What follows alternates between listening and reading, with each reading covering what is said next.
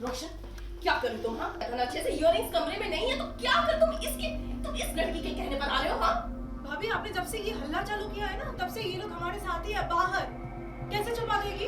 बात यहाँ पे इयररिंग्स की हो रही है जो अभी तक मिली है नहीं। भाभी को हम पर शक था, कमरे की तलाशी भी ली गई, कुछ तो मिला है नहीं। एक बार वहाँ जाके चेक कर लेते जहाँ से इयररिंग गायब हुई है। खाली है ना ये डब्बा, फिर क्यों चेक कर रहे हो? और वो भी इस लड़की के कहने पर? रोशन, तुम्हारा दिमाग तो ठीक है।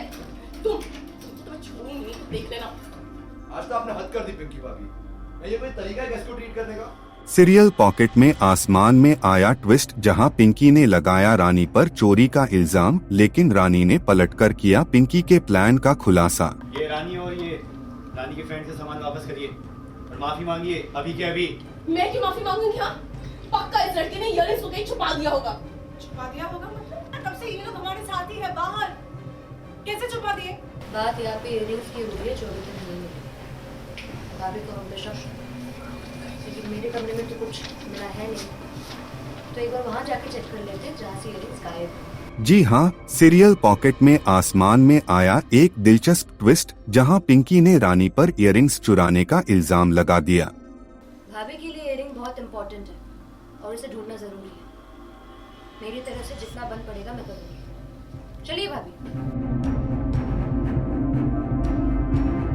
लेकिन कहानी में आया ट्विस्ट, जब पिंकी रानी के कमरे में इयररिंग्स रख रही थी, तब रानी ने पिंकी का वीडियो बना लिया और साथ ही उसके इयररिंग्स वापस पिंकी के कमरे में रख दिए। रोशन, क्या कर रहे हो तुम ये? हाँ, तुम इस लड़की के कहने पर ये सब तुम मेरा सामान चेक कर रहे हो?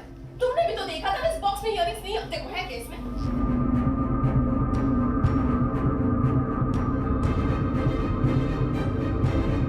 वही जब सभी ने चेक किया तो इयररिंग्स पिंकी के पास ही मिलती हैं और सभी को पता चल जाता है कि यह सब पिंकी का किया कराया था।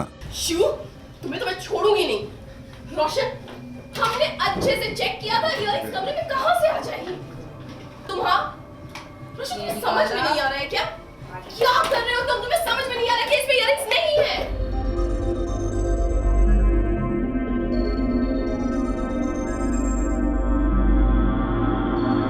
जिसके बाद पिंकी का प्लान हो जाता है फ्लॉप, जिसके बाद वो माफी मांगती नजर आई। ये यहाँ पे कैसे आया? रियो, मैंने तो इसे उसके कमरे में रखा था, पर ये इस कमरे में क्यों आया? कहीं ये इसकी चाल तो नहीं?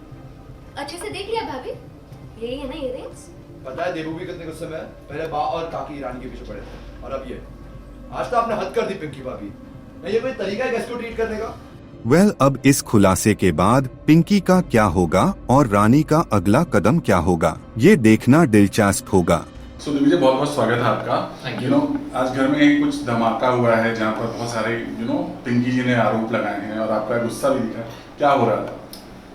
हमारे घर में रिसेप्शन है ईशान का, दिव्यानी का, और दिव्यानी के साथ उनकी दोस्त भी आती हैं रानी, और रानी के साथ उनकी दो और दोस्त हैं। अचानक से रात के 2 बजे आवाज़ आती है चिल्लाने की, जो पिंकी भाभी होती है। चोर चोर चोर, चोरी हो गई, चोरी हो गई, चोरी हो गई। और हम सब लोग बाहर आते हैं, उनसे पूछते हैं कि क्या हुआ है, क्या चोरी हुई है।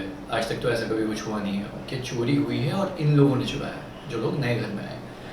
तो अब ये परिवार के लिए भी एक चैलेंज है कि आप किसी मेहमान के ऊपर इतना बड़ा इल्ज़ाम लगा रहे हैं, और ये बहुत बड़ी डिबेट, एक बहुत बड़ा कॉन्वर्सेशन है, बहुत बड़ा सीन है। उसके बाद फाइनली ये डिसाइड करते हैं कि चलो अपने जो कमरे हैं उनकी तलाशी लेते हैं। तो हम पहले रानी के कमरे की तलाशी लेते हैं, वहाँ पे कुछ नहीं मिलता है। फिर जाते हैं पिंकी भाभी के कमरे की तलाशी लेते हैं, एंड फाइनली वो जो झुमके हैं वो पिंकी भाभी के कमरे में मिल जाते हैं।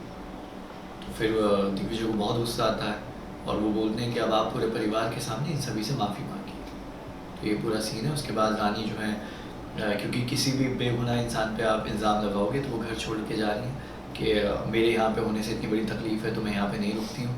तो हम सभी लोग उनको कन्विंस करते हैं कि उनको यहाँ पे रुकना चाहिए, उनके बेस्ट फ्रेंड की शादी है और जिसने ये सब किया था उनको सबक मिल गया है।